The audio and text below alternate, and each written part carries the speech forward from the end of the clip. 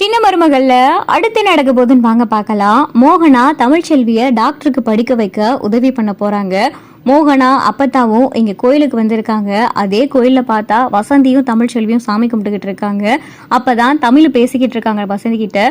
மா, ஒரு வாரத்துக்குள்ள 1,00,000 ரூபாய் கட்ட சொல்லியிருக்காங்க. அப்படி இல்லைன்னா டாக்டருக்கு சீட்டு கன்ஃபார்ம் ஆகாது. என்னம்மா பண்றது? என்கிட்ட இந்த நகையெல்லாம் வச்சா கூட 1,00,000 ரூபாய் கிடைக்காதேம்மா, என்னம்மா பண்ணலாம் அப்படின்னு சொல்லிட்டு இங்க தமிழ் பேசிக்கிட்டு இருக்காங்க. இதை பார்த்தா மோகனா கேட்டுறாங்க. மோகனா அதை கேட்டுட்டு தமிழை பார்க்க வராங்க.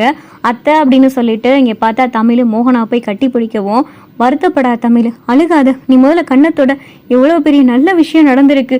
சேது பேசுனதெல்லாம் நீ மனசுல வச்சுக்கிறாத, எல்லாம் எனக்கு தெரியும். கருப்பு வீட்டில் நடந்த எல்லாத்தையும் சொன்னான். அவன் ஏதோ போதையில புத்தி மாதிரி பேசிட்டான். ஆனா அவன் அப்படி பேசக்கூடிய ஆளு கிடையாது மோகனா அப்படின்னு. ஆனா அவன் அப்படி பேசக்கூடிய ஆளு கிடையாது தமிழ், உனக்கே தெரியும் அப்படின்னு சொல்லிட்டு மோகனா சொல்லல. அத்தை, அதை விட்டுட்டு நீங்க வேற எதையாவது பேசுங்க.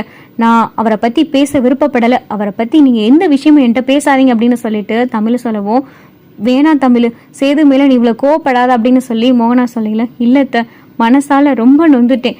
எந்த கட்டின புருஷனும் பொண்டாட்டிய பார்த்து கேட்க கூடாத ஒரு வார்த்தைய அவர் வாயால இருந்து நான் கேட்டுட்டேன். போதும் த, இதுக்கு மேல அவரை பத்தி எதுவும் பேசாதீங்க. நீங்க எப்படி இருக்கீங்க? மாமா எப்படி இருக்காரு? மாமாக்கு உடம்பெல்லாம் பரவாயில்லையா அப்படின்னு சொல்லி தமிழ் கேட்கல. நல்லா இருக்காரு தமிழ், நீ எப்படி இருக்க? வேலைக்கு நல்லா சாப்பிட்றியா அப்படின்னு சொல்லிட்டு இங்க மோகனா கேட்டதும், சாப்பிட்றேன் அப்படின்னு சொல்லிட்டு தமிழ் சொல்லல. அப்பதான் பார்த்தா மோகனா இங்க பணத்தை எடுத்து கையில கொடுக்குறாங்க. என்னத்த, எதுக்கு பணம் அப்படின்னு சொல்லிட்டு தமிழ் கேட்கல. நீ இவ்வளவு நேரம் பேசிக்கிட்டு இருந்தத நான் கேட்டேன் தமிழ். மெடிக்கல் டாக்டர் சீட்டுக்கு 1,00,000 ரூபாய் கட்டணும்னு இப்போ உங்க அம்மாட்ட பேசிக்கிட்டு இருந்தேல, அதை நான் கேட்டேன். இதுல 2,00,000 ரூபாய் இருக்கு. நீ மெடிக்கல் சீட்டுக்கு 1,00,000 ரூபாய் வச்சுக்க, மற்றபடி படிப்பு தேவைக்காக இந்த பணத்தை வச்சுக்க அப்படின்னு சொல்லிட்டு மோகனா கையில கொடுக்கவும், இல்லத்த எனக்கு வேண்டாம் அப்படின்னு சொல்லி தமிழ் கொடுக்கவும், ஏன் தமிழ், நான் கொடுத்தா வாங்கிக்கிற மாட்டியா? நீ எனக்கு எவ்வளவு பெரிய கைமாறு பண்ணியிருக்க. வேணாம் தமிழ், நான் சொல்றத கேளு, நீ இதை வச்சுக்க, நான் கொடுக்குறேன், உன் அத்தை நான் கொடுக்குறேன், நான் கொடுத்தா வாங்க மாட்டேன் அப்படின்னு சொல்லிட்டு மோகனா சொல்லவும், அப்பதான் வசந்தி, தமிழ் வாங்கிக்க, அவங்கதான் இவ்வளவு தூரம் சொல்றாங்களா அப்படின்னு சொல்லி வசந்தியும் சொல்லவும், தமிழும் பார்த்தா வாங்கிக்கிறாங்க. இங்க பாருங்க அத்தை, நான் இப்ப சொல்றேன், இதை நான் உங்ககிட்ட இருந்து கடனாக தான் வாங்கியிருக்கேன். நான் டாக்டருக்கு படித்து முடிச்சு வேலைக்கு போனதுக்கு அப்புறமா இந்த பணத்தை நான் உங்ககிட்ட திரும்ப கொடுத்துருவேன் அப்படின்னு சொல்லி தமிழ் சொல்லவும், பரவாயில்ல, நீ இதை எப்படி எடுத்துக்கிட்டாலும் பரவாயில்ல, ஆனால் நீ இந்த பணத்தை இப்போ வாங்கிட்டே, எனக்கு அதுவே போதும் அப்படின்னு சொல்லி மோகனா சொல்கிறாங்க.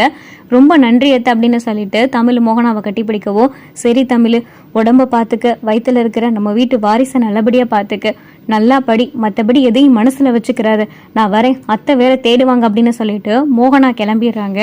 அப்புறம் என்ன தமிழ், நீ படிப்புக்கு தேவைன்னு கேட்டுக்கிட்டு இருந்த, உங்க அத்தையே கொடுத்துட்டாங்க.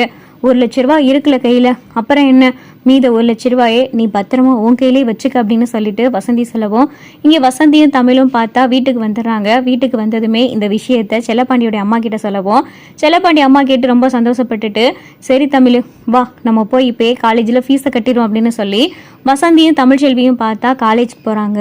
அங்கே போய் 1,00,000 ரூபாய் ஃபீஸையும் கட்டிட்டு தமிழ்ச்செல்விக்கான டாக்டர் சீட்டையும் கன்ஃபார்ம் பண்ணிட்டு வந்துடுறாங்க. அப்பதான் காலேஜில் சொல்றாங்க, நீங்க அடுத்த வாரத்துல இருந்து காலேஜுக்கு வந்துடலாம் அப்படின்னு சொல்லிட்டு காலேஜில் சொல்லவும், சரின்னு சொல்லிட்டு இங்க பார்த்தா தமிழும் வந்துடுறாங்க. தமிழ், எப்படி தமிழ், வயிற்றுல புள்ளைய வச்சுக்கிட்டு எப்படி நீ காலேஜுக்கு போயிட்டு வந்துக்கிட்டு இருப்ப, இந்த மாதிரி நேரத்துல சூதானமா இருக்கணும்டி அப்படின்னு சொல்லி வசந்தி சொல்லவும், மா அதெல்லாம் ஒன்றும் நீ வருத்தப்படாத, என் பிள்ளை தைரியமா இருக்கும், அதே மாதிரி என் பிள்ளைய நல்லபடியா நான் பெத்தெடுப்பேன், நான் போய் காலேஜுக்கு படிக்க தான் போறேன், நீ இதை எதுவுமே நீ சொல்லக்கூடாது, தடுக்கவும் கூடாது, நான் காலேஜுக்கு போய் நல்லபடியா படிச்சு முடிச்சு நான் டாக்டர் ஆகிய தீருவேன். இன்னொன்னு, என் புருஷன் முன்னாடி நான் நல்லா வாழ்ந்து காட்டணும், நான் வாழ்றத பார்த்தே அவன் என் காலில் விழுந்து கதறணும், இது ஏன் குழந்தை தான், இது ஏன் குழந்தை தான், அவன் வாயால் அவன் சொல்லணும் அப்படின்னு சொல்லிட்டு தமிழ்ச்செல்வி சொல்றாங்க.